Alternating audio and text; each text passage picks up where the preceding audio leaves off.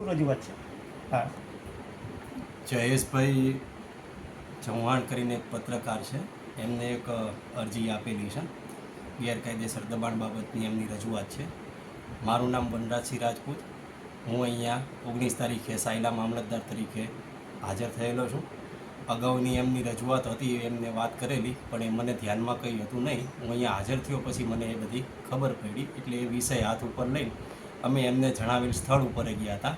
સ્થળ ઉપર ગયા અને જેનું બાંધકામ હતું, જેના વિરુદ્ધની અરજી હતી, એનો સંપર્ક કરીને એમને ત્યાં બોલાયા અને એમને પૂછપરછ કરતાં એમને એવું જણાવ્યું કે માન્ય કલેક્ટર સાહેબે એમને આ જમીન છે તે સમયે ગ્રાન્ટ કરેલી છે અને એને પુરાવા તરીકે એક હુકમ રજૂ કર્યો છે. એ હુકમના સાધનિક કાગળો અંગે અમે પત્ર વ્યવહાર કલેક્ટર સાહેબને મોકલેલું છે, વિનંતી કરી કે એ હુકમ અન્વયે જે કોઈ સાધનિક કાગળો હોય, એની માપણી સીટ કે એ અમને રજૂ કરે, અમને ઉપલબ્ધ કરાવે, જેથી અમે એમાં અભ્યાસ કરીને આગળની કાર્યવાહી કરી શકીએ. અમે એક DALR કચેરીમાં પણ પત્ર લખેલો છે. આમને જે જમીન ગ્રાન્ટ થઈ એમાં વિષય એવો છે કે 2030 સર્વે નંબર છે સાયલાનો.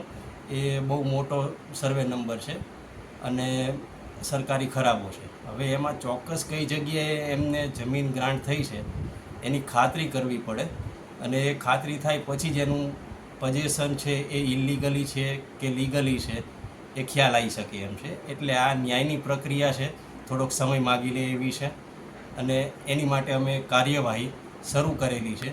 જે અમને કાગળો ઉપલબ્ધ થશે એના ઉપરથી અમે આગળની જે કંઈ કાયદેસરની કાર્યવાહી કરવાની થશે એ અમે કરવાના છીએ. ઓકે.